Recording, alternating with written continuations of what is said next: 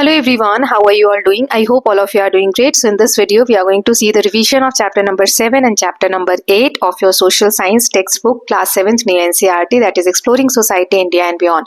अब तो इसका सेकंड पार्ट भी आ गया है बेटा, तो कितने बच्चों के एग्जाम में सेकंड पार्ट से भी आने वाले हैं question, so please let me know, क्योंकि अभी टेक्स्ट बुक नेक्स्ट वाली जो है वो लॉन्च हुई है, तो देखते हैं कितने बच्चों के एग्जाम में कौन कौन से चैप्टर्स आ रहे हैं. सो प्लीज बताइएगा मुझे. Okay, so let us just see the revision of chapter number 7 and chapter number 8. So let us just start with chapter number 7 और इसके हम नोट्स देख लेते हैं, फिर क्वेश्चन प्रैक्टिस करेंगे, फिर चैप्टर नंबर 8 के. ओके, सबसे पहले हमने देखा था राइज ऑफ गुप्ता एम्पायर, कैसे राइज हुआ था. सो गुप्ता एम्पायर जो है स्टार्ट हुआ था 320 सीई विद चंद्रगुप्त फर्स्ट के साथ स्टार्ट हुआ था.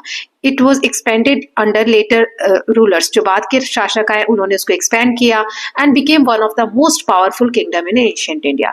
जो रूलर्स हुआ करते थे, राजा थे इस समय के, उन्होंने बड़े बड़े टाइटल्स धारण किए, जैसे महाराजाधिराज, जिसका मतलब होता है किंग ऑफ किंग्स, राजाओं में भी सबसे ऊंचे राजा, showing their authority and prestige. वो अपने प्रेस्टीज को ऊंचा दिखाने के लिए इस तरीके के टाइटल्स रखा करते थे. पावरफुल रूलर थे उस समय के, जैसे समुद्रगुप्त, चंद्रगुप्त फर्स्ट के बेटे थे Samudragupta. He expanded the empire through wars and perform the Ashvamedha yajna. हमने चैप्टर में कॉइन्स पे इमेजेस भी देखी थी. वो अपनी स्ट्रेंथ को प्रूव करने के लिए उन्होंने अश्वमेध यज्ञ प्रैक्टिस किया था. चंद्रगुप्त सेकंड, जो समुद्रगुप्त के बेटे थे, strengthen administration and encouraged art and culture. उन्होंने शासन व्यवस्था को अच्छा मजबूत किया और आर्ट एंड कल्चर को एनकरेज किया. उनके अंडर दीज रूलर्स, ये जो राजा थे चंद्रगुप्त सेकंड, समुद्रगुप्त, ये जो एम्पायर है गुप्ता एम्पायर, ये बहुत पीसफुल और प्रोस्पेरियस, समृद्ध बना. यहाँ पे बहुत शांति थी, समृद्धि थी. Then next is society and economy. तो सोसाइटी उस समय कैसी थी? पीपल एंजॉयड पीस, लोग शांति से रहते थे, सेफ्टी महसूस करते थे और इकोनॉमिक स्टेबिलिटी थी. लोग सही से रहते थे, मतलब पैसे की या बहुत ज्यादा गरीबी नहीं थी. Trade increase inside India and with other kingdoms. व्यापार बढ़ा भारत के अंदर भी और बाहरी राजाओं के साथ भी, किंगडम्स के साथ भी. Then gold coins with images of rulers prove that economy was strong. बहुत सारे हमने देखे कि सोने के सिक्के पाए जाते हैं उस समय के, तो गोल्ड कॉइन्स उस वक्त जो है और उस पे राजाओं की इमेज ये दिखाती है कि इकोनॉमी, उनकी जो अर्थव्यवस्था थी वो मजबूत थी, स्ट्रांग थी. Then we learned about education and learning. So Nalanda University became a world famous center of learning where students studied grammar, astronomy, medicine and philosophy. तो ये नालंदा यूनिवर्सिटी उसी समय की है जब ये वर्ल्ड फेमस, पूरी दुनिया में विख्यात हुई, फेमस हुई. किस चीज के लिए? यहाँ जो स्टूडेंट्स है वो पढ़ने आते थे, ग्रामर, एस्ट्रोनॉमी, मेडिसिन और फिलोसफी की पढ़ाई करने आते थे. यहाँ जो विद्वान थे, स्कॉलर्स थे, जैसे कि Aryabhata made remarkable discoveries in mathematics and astronomy. मतलब उस समय के जो स्कॉलर्स थे गुप्ता एम्पायर के, वो जैसे आर्यभट्ट का एग्जाम्पल दिया, उन्होंने बहुत सारी डिस्कवरीज की मैथ्स में, एस्ट्रोनॉमी के क्षेत्र में. देन नेक्स्ट हमने देखा था art and literature. So Gupta period is known as golden age. Gupta काल जो है इसको हम गोल्डन एज कहते हैं भारत के इतिहास में. क्यों कहा जाता है? क्योंकि इस वक्त आर्ट, लिटरेचर, ये जो भी चीजें हमने पढ़ी थी, साइंस, ये सब फ्लरिश्ड हुए, बहुत ज्यादा डिस्कवरीज देखने को मिली, बहुत सारे लिटरेचर्स लिखे गए, इसीलिए इस काल को गोल्डन एज या स्वर्ण युग कहा जाता है. Great poet and playwright Kalidasa wrote masterpieces like Meghadutam, Raghuvamsham. Kalidasa इसी वक्त हुए थे. इन्होंने बहुत सारी किताबें लिखी, जैसे कि मेघदूत है, रघुवंशम है. Sculpture and painting improved. जो इस वक्त की पेंटिंग, जो पेंट करने की कला है, आर्ट है, उसमें बहुत इंप्रूवमेंट हुआ. स्कल्पचर्स, जो मूर्तियां वगैरह बनाई जाती है, उसमें स्पेशली पेंटिंग्स इन अजंता केव, ये सब बहुत सारे डेवलपमेंट्स हमें देखने को मिले. देन आर्किटेक्चर और साइंटिफिक स्किल्स की बात करें तो आयरन पिलर का एग्जाम्पल दिया हुआ था, जो दिल्ली के मेहरौली में है. वो पहले हमने देखा मध्य प्रदेश की एक केव्स के पास था, बाद में उसे दिल्ली लाया गया. That was built during this time. It is famous for not rusting even after hundreds of years. इतने साल हो गए, 1600 साल के करीब लगभग हो गए हैं, बट अभी तक उसमें कोई जंग नहीं लगी हुई है, right. Then it shows advance metal working skills. उस वक्त जो प्राचीन भारत के लोगों के पास थी वो ये दिखाती है. Then next we learn about the decline of Gupta empire. Gupta empire कैसे खत्म हुआ? तो it was slowly decline due to invasion of Hunas. Hunas जो थे उन्होंने इन्वेशन किया, आक्रमण किया, उसके कारण. सेकंड जो रूलर्स थे चंद्रगुप्त सेकंड के बाद जो भी राजा है वो वीक थे, उतने स्ट्रांग नहीं थे, वो शासन व्यवस्था नहीं संभाल पाए and slowly the empire broke into smaller kingdom, और धीरे धीरे एम्पायर छोटे राज्यों में, छोटे किंगडम्स में बट गया। तो इस पूरे चैप्टर से हमने क्या कंक्लूजन निकाला था कि Gupta era is remembered as a rich period. इसके एक हम कह सकते हैं बहुत डेवलप्ड समय था, क्रिएटिविटी के क्षेत्र में, नॉलेज के क्षेत्र में, पीस एंड प्रॉस्पेरिटी के क्षेत्र में। कॉन्ट्रीब्यूशन क्या है इस काल का? आर्ट के क्षेत्र में, science, mathematics, literature, education, architecture, it make it one of the greatest cultural periods in Indian history. इस समय हमारी जो संस्कृति है इस पीरियड में बहुत ज्यादा विकसित हुई। So this was the summary of the chapter. I hope all of you watched all the previous videos, उसमें मैंने बहुत डिटेल में एक्सप्लेन किया है। अगर ये आप देखते हैं तो एक ओवरऑल पॉइंट्स मिल जाएंगे आपको आंसर लिखने के लिए। Now let us just see the question answer. तो सबसे पहले ऑब्जेक्टिव क्वेश्चंस देख लेते हैं जिसमें मल्टीपल चॉइस रहेगा, आपको ऑप्शंस दिए गए रहेंगे, सही आंसर पे आपको मार्क करना रहेगा। ओके, तो थोड़े थोड़े क्वेश्चंस देखेंगे, साथ ही साथ उनके आंसर्स देखते चलेंगे। जैसे पहला है, Gupta empire flourished mainly during which century? कब से कब तक फैला? फर्स्ट से थर्ड सेंचुरी, सी थर्ड से सिक्स सेंचुरी, सिक्स से नाइन्थ, नाइन्थ से twelfth century. Then iron pillar of Delhi, it was erected during the reign of, किसके समय में ये बना था? अशोका, चंद्रगुप्त फर्स्ट, सेकंड या Samudragupta? Which title was commonly used by Gupta ruler? कौन से टाइटल रखे गए थे ज्यादातर राजाओं द्वारा? महाऋषि, महाराजाधिराज, राजगुरु या वर्मा? तो इसके आंसर्स देख लेते हैं तीनों क्वेश्चन के। थर्ड से सिक्स सेंचुरी सी तक टाइम पीरियड था गुप्ता एम्पायर के फ्लरिशिंग का। आयरन पिलर जो दिल्ली का है वो चंद्रगुप्त सेकंड के समय में इरेक्ट किया गया था। विच टाइटल वाज कॉमनली यूज्ड? तो महाराजाधिराज टाइटल यूज किया गया था ज्यादातर राजाओं द्वारा। Then who was the famous Chinese traveller who visited India during Gupta ruler? तो गुप्ता के समय में कौन आया था इंडिया में Chinese traveller? Marco Polo, Ibn Battuta, Fahien और हुएनसांग, कौन आया था? देन समुद्रगुप्त को किस चीज के लिए जाना जाता है? Teaching poetry, performing Ashvamedha yajna and military conquest, building Ajanta cave या trade with China? Then which centre became famous for learning during Gupta period? Mohenjodaro, Nalanda university, Amaravati या Harappa? Then next question is, ये पहले इसके आंसर देखते हैं। फाहियान आया था इस समय में, चाइनीज ट्रैवलर गुप्ता पीरियड के समय। समुद्रगुप्त को हम जानते हैं उसने अश्वमेध यज्ञ परफॉर्म किया था और मिलिट्री कॉन्क्वेस्ट के लिए। फिर कौन सा सेंटर जो है वो लर्निंग के लिए फेमस हुआ? Nalanda university. Then next three questions देख लेते हैं। Aryabhata is remembered mainly for his contribution to dance, astronomy and mathematics, medicine या architecture? आर्यभट्ट को mainly किन contribution के लिए जाना जाता है? Kalidas wrote the famous literary work, कौन सा इसमें से कालिदास का वर्क है? अर्थशास्त्र, मेघदूतम, वेदास या पंचतंत्र? गुप्ता एम्पायर का डिक्लाइन मेनली किस कारण से हुआ? फ्लड के कारण, lack of trade, their own wars या attack by Hunas and weak later rulers? तो इजी क्वेश्चंस है। पहला जो है आर्यभट्ट ने एस्ट्रोनॉमी और मैथमेटिक्स के फील्ड में वर्क किया। कालिदास की किताब का नाम है मेघदूतम।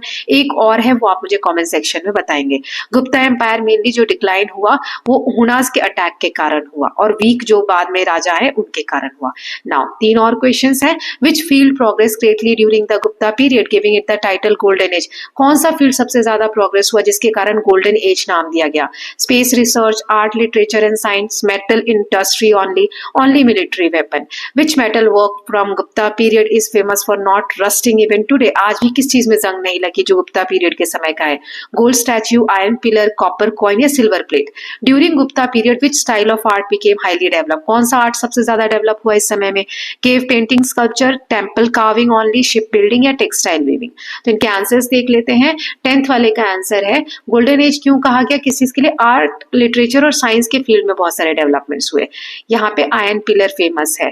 देन गुप्ता पीरियड में कौन सा स्टाइल सबसे ज्यादा आर्ट में फेमस हुआ? Cave painting and sculpture. ये ऑब्जेक्टिव क्वेश्चंस थे। अब हम कुछ fill in the blanks type के क्वेश्चंस देख लेते हैं। So let us just see one by one. पहला है Gupta period is often called dash age of India? Chandragupta first founded the Gupta empire around? कब फाउंड किया चंद्रगुप्त फर्स्ट ने गुप्ता एम्पायर? महाराजाधिराज टाइटल का मतलब क्या है? Dash king. Samudragupta was also known as the dash Napoleon because of his military conquest. इतने सारे उसने एक्सपीडिशन किए, लड़ाइयां लड़ी, युद्ध लड़े कि उन्हें क्या कहा जाता था? Iron pillar at Delhi is famous because it does not dash. Sixth है dash was a great poet in Gupta period and wrote works like Meghadutam? किसने लिखा है मेघदूतम? इनके आंसर्स देख लेते हैं। तो पहला है गुप्ता पीरियड जो है इसे गोल्डन एज कहा जाता है। ठीक है, तो आप यहाँ पे फिल कर लेंगे। और 320 सीई में गुप्ता एम्पायर की शुरुआत की या फाउंड किया? चंद्रगुप्त फर्स्ट ने। महाराजा धीराज का मतलब होता है किंग ऑफ किंग्स या सुप्रीम। समुद्रगुप्त को इंडिया का नेपोलियन कहा जाता है, इंडियन नेपोलियन। आयरन पिलर जो दिल्ली में है वो इसलिए फेमस है क्योंकि इसमें अभी तक कोई रस्ट नहीं लगी है। और कालिदास ग्रेट पोएट है जिन्होंने गुप्ता पीरियड के समय थे मेघदूतम लिखा है। एक और किताब मैंने पूछी है, आप लोग कमेंट सेक्शन में मुझे बताएंगे।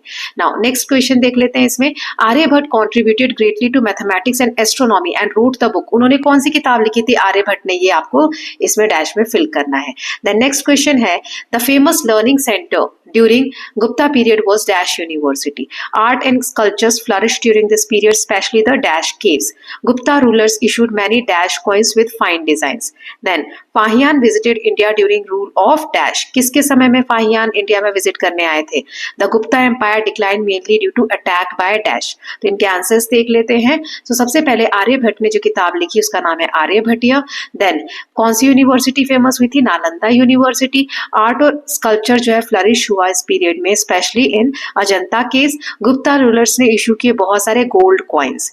एंड फाहियान किसके समय में आए थे? चंद्रगुप्त सेकंड के समय में। और किसके अटैक के कारण गुप्ता एम्पायर डिक्लाइन हुआ? हुनास। ठीक है। Now dash perform the Ashvamedha yajna to show power and authority. Metal work during Gupta period shows advance knowledge of dash. Literature written in Gupta age was mostly in dash language. Gupta period saw progress in science art and dash. Many temples in Gupta period were built of rather than wood dash. Gupta period is remembered for peace, prosperity and culture. तो इनके answers देख लेते हैं। सबसे पहले समुद्रगुप्त ने अश्वमेध यज्ञ परफॉर्म किया था। मेटल वर्क जो है उसमें एडवांस जो नॉलेज है वो आयन का हमें पता चलता है आयन पिलर के through.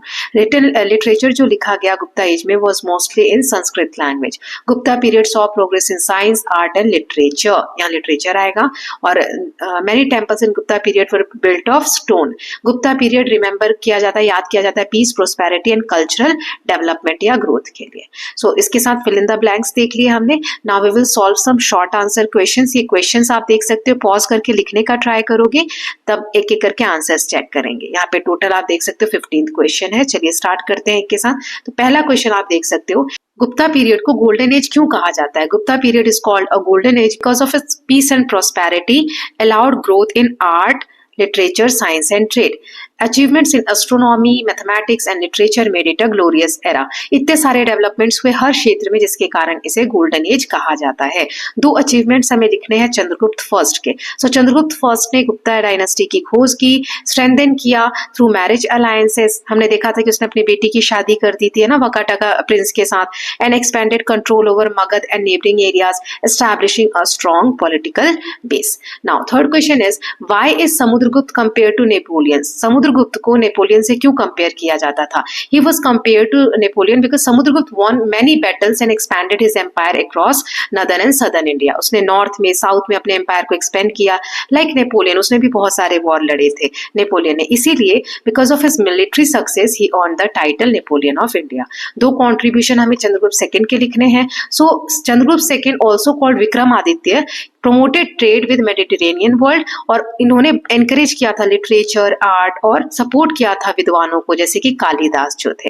Now next question is fifth देखते हैं। दो हमें इंपॉर्टेंट सिटीज लिखनी है गुप्ता रूल के दौरान। So Pataliputra was the capital city while Ujjaini became an important trade and culture centre. Trade और कल्चर के तौर पे अगर हम मेन सेंटर देखें तो उज्जैनी था जो प्रेजेंट डे उज्जैन है, और कैपिटल सिटी राजधानी जो थी वो पाटलिपुत्र पटना है आज का present day.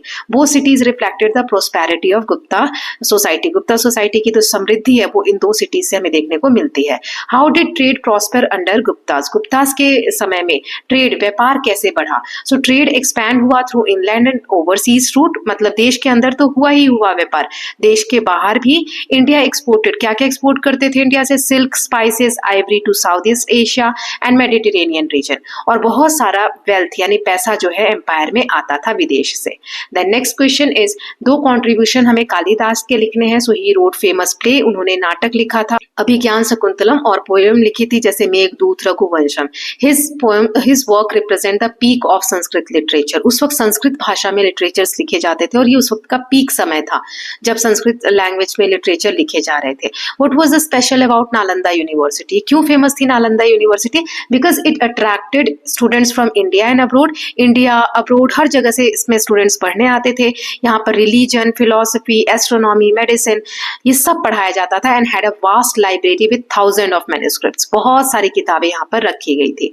The next question is how did Aryabhata change astronomy? Aryabhata ने एस्ट्रोनॉमी को कैसे चेंज कर दिया? उन्होंने एक्सप्लेन किया, उन्होंने बताया कि हमारी जो पृथ्वी है वो अपने ही एक्सिस पे इस तरीके से स्पिन करती रहती है। It describe solar and lunar eclipse scientifically, जो ग्रहण वगैरह लगता है उसके बारे में अच्छे से पता चला। कैलकुलेटेड द वैल्यू ऑफ पाई, उन्होंने जो मैथ में पाई आप यूज करते हैं उसकी वैल्यू पता की विद एक्यूरेसी। अब हमें मेंशन करना है one advancement in mathematics during Gupta period. Mathematics की फील्ड में क्या एडवांसमेंट हुई, क्या खोज हुई गुप्ता समय में, वो बताना है। सो मैथमेटिशियन ने डेवलप किया decimal system and introduce the concept of zero. Point जो आज हम लगाते हैं नंबर्स में वो फाइंड आउट हुआ, जीरो खोजा गया इस समय में, जो कि पूरी दुनिया में बाद में स्प्रेड हुआ। तो ये बहुत सारे डेवलपमेंट्स हुए मैथमेटिक्स के फील्ड में गुप्ता पीरियड में। उसमें आर्यभट्ट जो थे उन्होंने बहुत इंपॉर्टेंट खोज किए। Now next is why is iron pillar unique? Iron pillar जो है वो क्यों यूनिक है? Because it has not rusted for over 1600 years, 1600 साल हो गए लेकिन अभी तक उसमें जंग नहीं लगी है। ये दिखाती है कि मेटलर्जिकल स्किल्स जो है गुप्ता पीरियड की कितनी एडवांस हुआ करती थी। Then what themes are seen in Ajanta painting? Ajanta painting में क्या क्या थीम्स देखने को मिलते हैं? जो डिपिक्ट करते हैं सीन्स, जो जातक की कहानियां हैं, जातक टेल्स है, उसमें से बुद्धा की लाइफ से कहानियां ली गई हैं, as well as stories of compassion and devotion. किस तरीके से हम दूसरों के प्रति दया रख सकते हैं और श्रद्धा भक्ति रख सकते हैं, पूजा पाठ से रिलेटेड इसमें डिवोशन के बारे में यहाँ पे मेन जो थीम है वो लिया गया है। The next question is why are Udayagiri cave important? Udayagiri की जो केव्स हैं वो क्यों इंपॉर्टेंट है? Because Udayagiri caves contain carvings of Hindu deities, वहाँ हिंदू देवी देवताओं की कार्विंग्स की गई हैं, स्पेशली लॉर्ड विष्णु। ये हाईलाइट करते हैं गुप्ता का religious art and growth of Hindu temple architecture. Then दो फीचर्स बताने हैं गुप्ता काल के स्कल्पचर्स के बारे में। तो ये made in stone and bronze और स्टोन के बने होते थे। दे वर फाइनली कार्व्ड, बहुत अच्छे से कार्विंग की जाती थी, ग्रेसफुल होते थे। इसमें गॉड गॉडेसेस डिपिक्ट किए जाते थे, Buddha with devotional themes depict किए जाते थे। ओके, सो बुद्धा के बारे में, बुद्धिस्ट जो आर्किटेक्चर है वो, और जो मंदिर वगैरह है, हिंदू जो हम कह सकते हैं रिलीजियस आर्ट का उस वक्त ग्रोथ हुआ।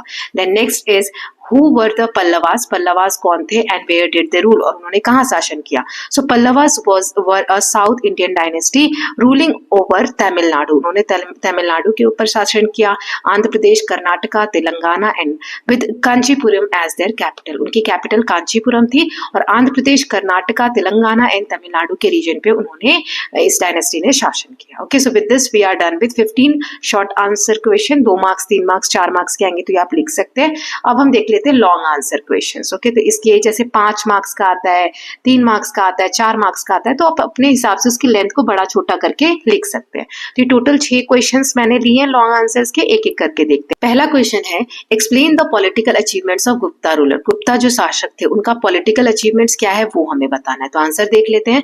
सो गुप्ता सबसे पहले चंद्रगुप्त फर्स्ट के बारे में लिखेंगे। इन्होंने जो गुप्ता डायनेस्टी की खोज की, एम्पायर को स्ट्रेंथन किया मैरिज अलायंसेस के थ्रू, फिर एक्सपेंड किया पावर को मगध में और सराउंडिंग रीजन में। फिर समुद्रगुप्त ने, इनके बारे में हमने पढ़ा कि ग्रेट कन्क्वेरर थे, बहुत सारे युद्ध इन्होंने लड़े, इसलिए इन्हें नेपोलियन ऑफ इंडिया भी कहा जाता है।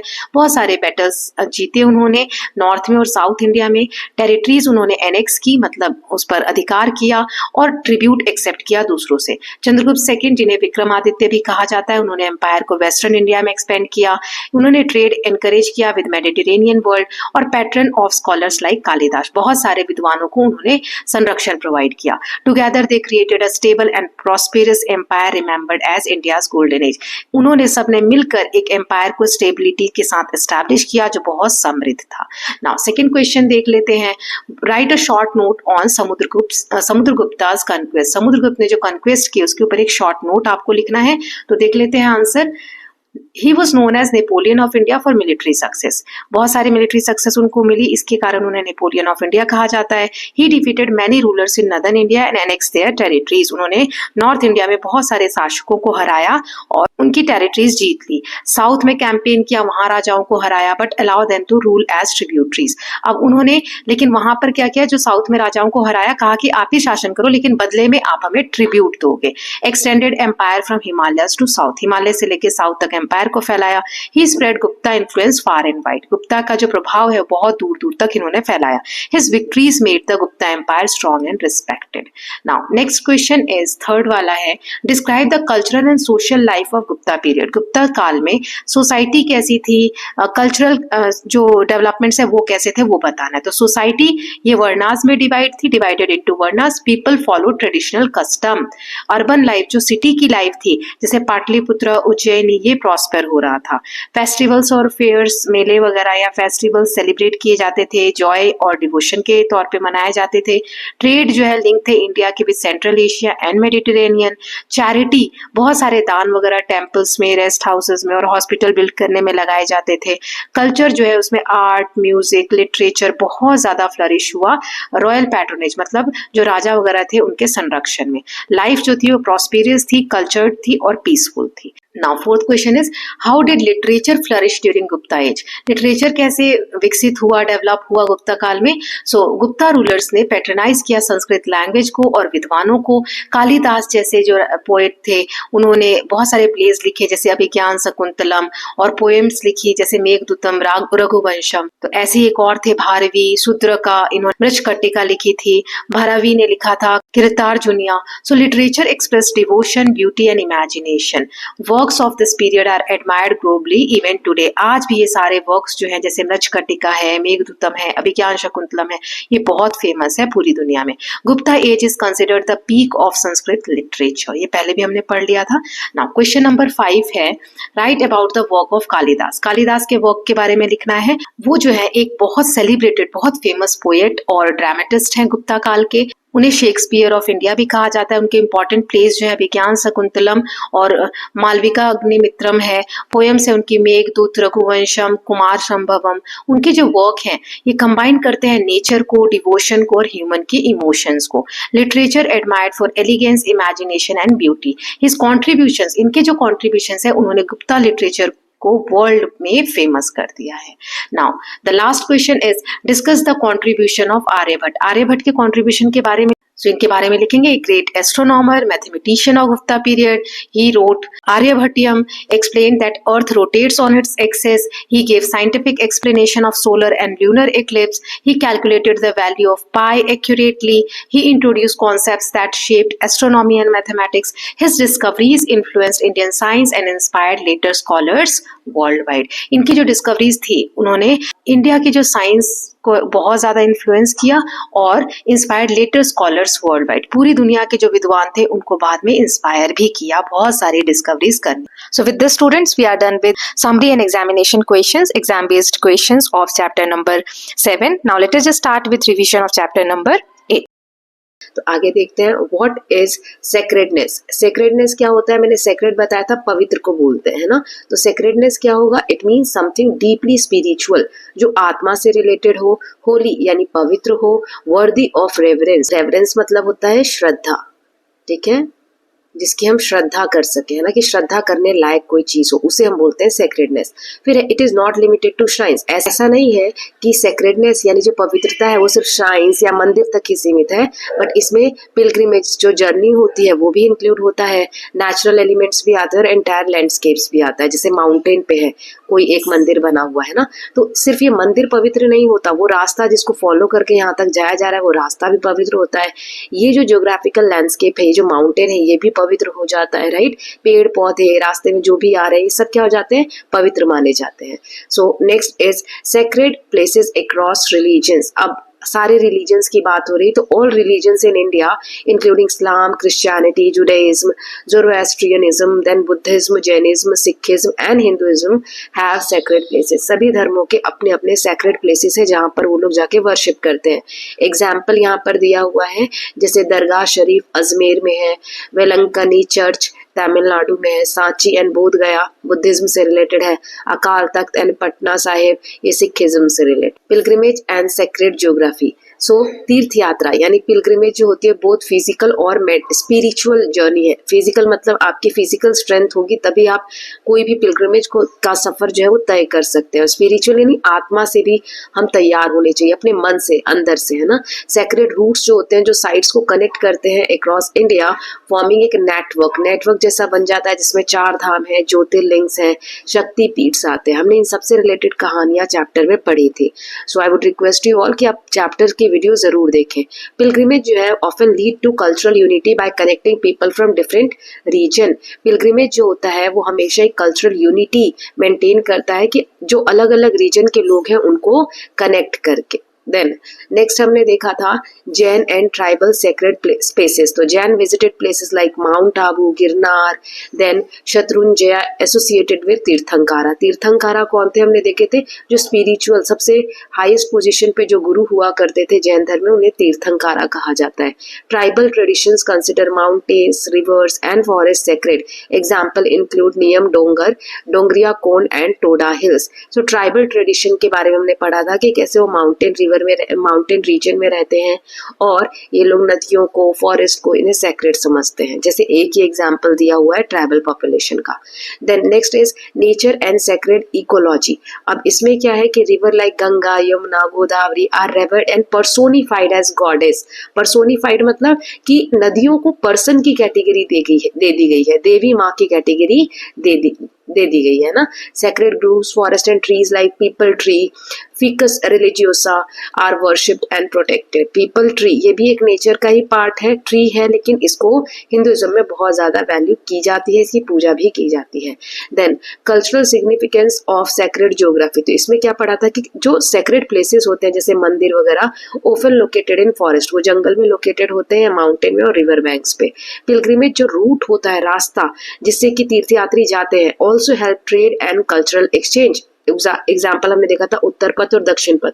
हमने देखा था कि जो तीर्थयात्री जाते हैं उनको खाने के लिए, पहनने के लिए सब चीजें जरूरत पड़ती है ना। सो वो सब वो किससे लेते हैं, जो व्यापारी उस रास्ते पर उनको मिलते हैं उससे लेते हैं, जिस वजह से व्यापार भी बढ़ता है ना पिलग्रिमेज के साथ। फिर हमने देखा था sacred legends and text. So legends like, legend मतलब होती कहानियां, है ना। So legends like story of Sati, Shiv explain how land become sacred. Shakti Peeth कैसे इंपॉर्टेंट बने, हमने शिव और सती की कहानी पढ़ी थी चैप्टर में, उसके थ्रू आपको मैंने बताया था। Epic like Ramayana and Mahabharata tile local geography to national cultural memorial. जिस रास्ते से होकर राम जी गुजरे थे या कहीं पर वो लोग रुके थे, तो वो जगह उन लोगों ने, जो वहाँ के ट्राइबल पीपल्स है, वो लोग रिलेट करते हैं और ये कल्चरल यूनिटी का पार्ट बन जाता है।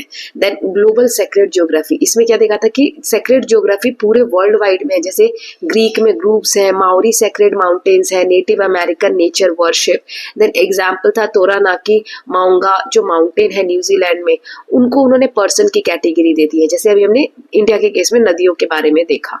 देन नीड फॉर कंजर्वेशन, हमें जो हमारे सेक्रेड ज्योग्राफी है उसको, सेक्रेड साइट्स है उसको हमें कंजर्व यानी प्रोटेक्ट करने की जरूरत है, क्योंकि ये पॉल्यूशन वहां पर बहुत ज्यादा हो रहा है और डैमेज हो रहा है क्योंकि हम उसे नेग्लेक्ट कर रहे हैं। Cultural traditions that respect nature can support sustainability. Sustainability मतलब होता है कि प्रेजेंट जनरेशन का हम सारी चीजें पूरी करते हुए उसको फ्यूचर जनरेशन के लिए हम सेव कर सके, राइट। सो ये होता है सस्टेनेबिलिटी। तो कल्चरल ट्रेडिशन जो नेचर का रिस्पेक्ट करते हैं, हम नेचर को रिस्पेक्ट की वे से देखेंगे तो हम सस्टेनेबल तरीके से रिसोर्सेज का यूज कर सकते हैं। सॉरी स्टूडेंट्स, मेरी आवाज थोड़ी वैसी आ रही होगी क्योंकि अभी मुझे सर्दी जुकाम है, so please try to adjust with it.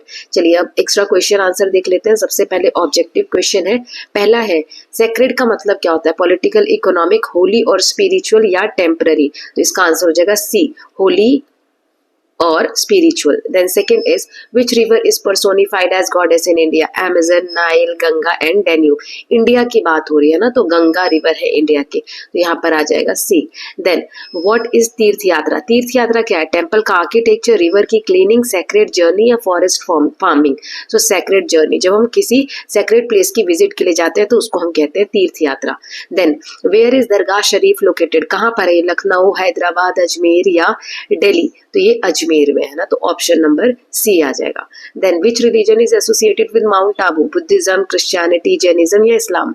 Jainism related है माउंट आबू से। देन व्हाट इज शक्तिपीठ? ये कोई ट्रेड रूट है या temple dedicated to goddess power, Buddhist monastery या जैन केव? सो माता सती से रिलेटेड ये आंसर आ जाएगा इसका बी।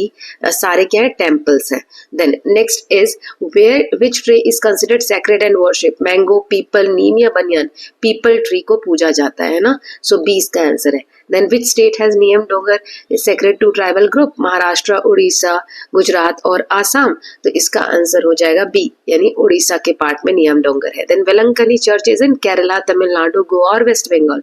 अभी मैंने बताया तमिलनाडु में है। Then what do sacred groups help preserve? Sacred groups जो होते हैं क्या प्रिजर्व करते हैं? Soil erosion, rainfall, forest biodiversity या रॉक्स? तो इसका आंसर हो जाएगा सी, फॉरेस्ट की बायोडाइवर्सिटी को प्रोटेक्ट करते हैं। Then what does the story of Sati and Shiv explain? Politics, Shaktipeeth, trade और इन्वेजन? शक्तिपीठास का कैसे कंस्ट्रक्शन हुआ उसके बारे में बताया जाता है। देन अकाल तख्त ये किस रिलीजन से रिलेटेड है? बुद्धिज्म, जैनिज्म, सिखिज्म या इस्लाम?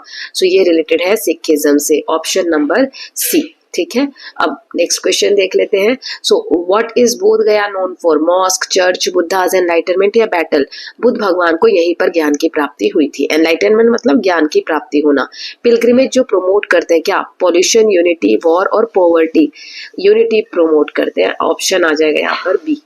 ठीक है, फिर है which mountain in New Zealand is sacred? New Zealand में कौन सा माउंटेन सेक्रेड है? Fuji, Alps, Taranaki Maunga, then Rocky mountain? तो ये आंसर है सी वाला, Taranaki Maunga. Then which type of journey in a pilgrimage? Political, spiritual and physical, commercial, economic? Spiritual and physical journey is example of pilgrimage. Then Ganga and Yamuna are example of sacred rivers, bridges, dams or canals? Sacred rivers, A इसका answer आ जाएगा। ठीक है, then What is the purpose of sacred geography? Warfare, economic profit, spiritual connection या architecture only? Spiritual, आत्मिक तौर पे connection होना चाहिए। अब हम कुछ fill in the blanks देख लेते हैं। तो सबसे पहले यहाँ पर sacredness means something deeply dash और worthy of reference।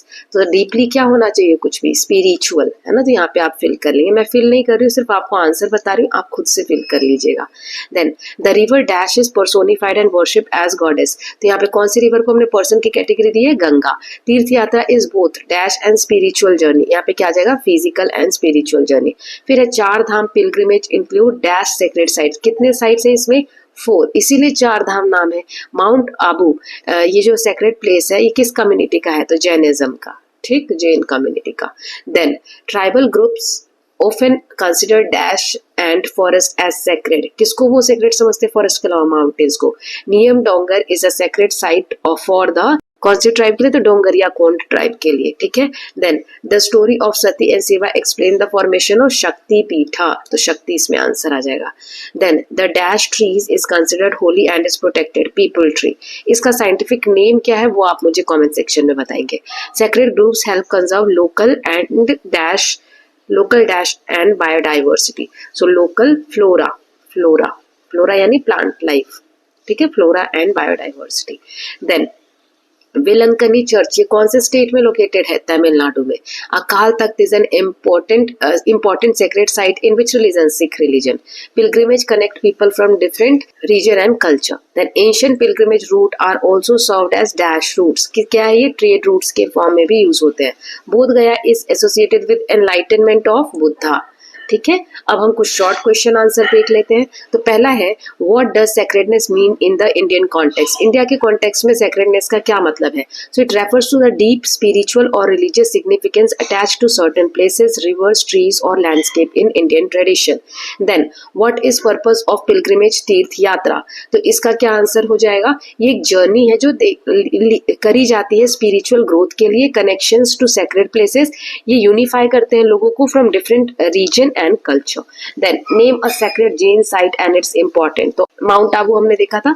So Mount Abu is a major Jain pilgrimage site associated with Tirthankaras and is revered for its temples and spiritual significance। Revered मतलब श्रद्धा।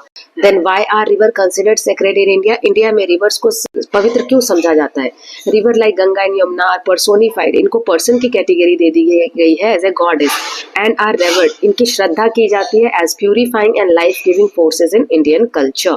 Then next is what are Shakti Peethas and how did they originate? शक्ति पीठ क्या और ये कैसे बने? So ये sacred sites है, कहा जाता है जहाँ जहाँ सती की बॉडी फेल हुई, गिरी, वो डीपली एसोसिएट करते हैं गॉडेस के और वर्शिप करते हैं हिंदुइज्म में.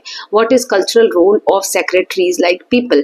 पीपल का जो ट्री है उसकी कल्चरल रोल क्या है? सो ये श्रद्धा का भाव इसमें आता है for their religious value, often found near temples and are protected due to spiritual belief. आत्मिक जो एक भावना है या विचार है उसके लिए इसको प्रोटेक्ट भी किया जाता है और मंदिरों के आसपास ये देखने को मिलता है. Then what do sacred groups help preserve? Sacred groups क्या preserve करते हैं? So ये तो natural biodiversity को protect करते हैं, ecosystem को sustain through traditional beliefs and prohibited their destructions or misuse. Then name one tribal sacred sites and community. कौन सी tribal एक sacred sites और community उसके बारे में बताना है कोई सी भी, है ना? So नियंग डोंगर क्या है? एक sacred area है for Dongaria Kond tribes representing a connection between tribal identity and nature. Then next question is how does sacred geography promote unity? Sacred geography जो unity कैसे promote करती है? तो इसका आंसर हो जाएगा क्योंकि connect करती है regions को through shared pilgrimage. जब साथ में लोग तीर्थ यात्री जाते हैं तो regions जो अलग अलग जगह से आते हैं वो लोग जुड़ते हैं, उनके rituals पता चलते हैं, beliefs पता चलते हैं. इससे help होती है form a collective cultural and spiritual identity. बोध गया किस चीज के लिए जाना जाता है? बुद्धा के enlightenment के लिए जाना जाता है ना. So it is a place where Gautam Buddha attained enlightenment and is a key pilgrimage. एक pilgrimage है, is a key pilgrimage site for Buddhists globally. Then what role do forest play in sacred tradition? Forest का क्या role है?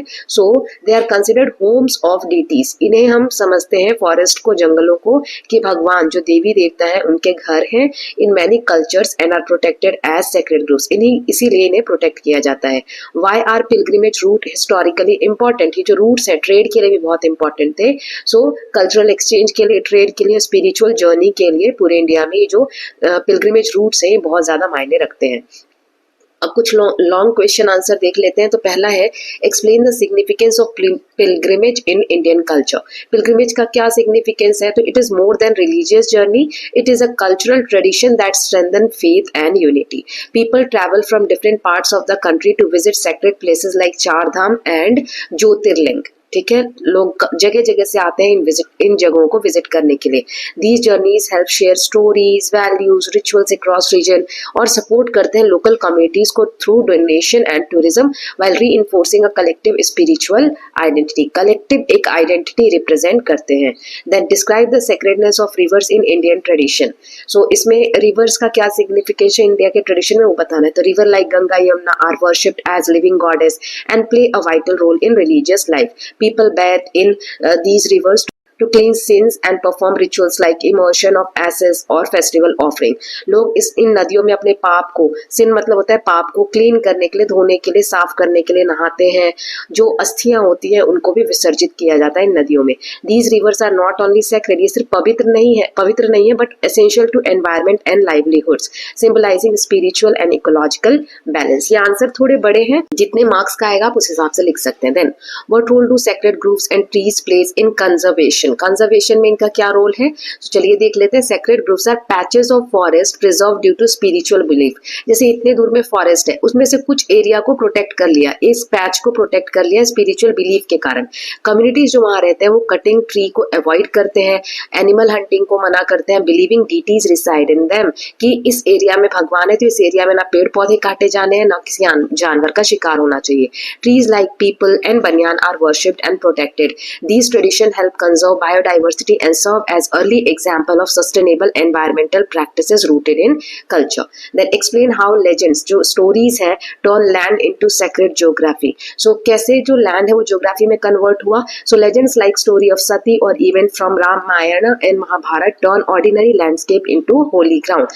Shakti Peeth, for instance, are believed to be places where Sati bodies fall apart. These stories give spiritual meaning to places, encouraging people to preserve and visit them as part of their religious practice. सो ये सारा मैं समझा चुकी हूँ chapter में, तो आप एक बार चैप्टर जरूर देखिए। What challenges do sacred site face today, आज कौन कौन से चैलेंजेस फेस कर रहे हैं सेक्रेड जो भी पवित्र साइट्स है वो। So today face problems of pollution, over crowding and commercialisation. बहुत ज्यादा लोग विजिट करने आते हैं जिसकी वजह से पोल्यूशन भी वहां पर हो रहा है। Rivers are becoming dirty despite being holy and forest around temples are being cut for infrastructure. Tourist may disrespect tradition. However, if we revive cultural practices and involve communities in protecting these sites, they can continue to be both spiritually and ecologically significant. Then, how do tribal communities view nature as sacred? Tribal communities कैसे nature को sacred देखती है, तो like Dongria Kondh worship hills, forest and rivers as sacred. फिर नियम डोंगर के बारे में हमने पढ़ा था, ये for instance is a mountain, they consider the home of God, they don't exploit these area and live in harmony with the nature. ये जो माउंटेन एरिया है इसको ये लोग नुकसान नहीं पहुंचाते हैं और बिल्कुल नेचर के साथ हार्मनी यानी पीसफुल तरीके से रहते हैं।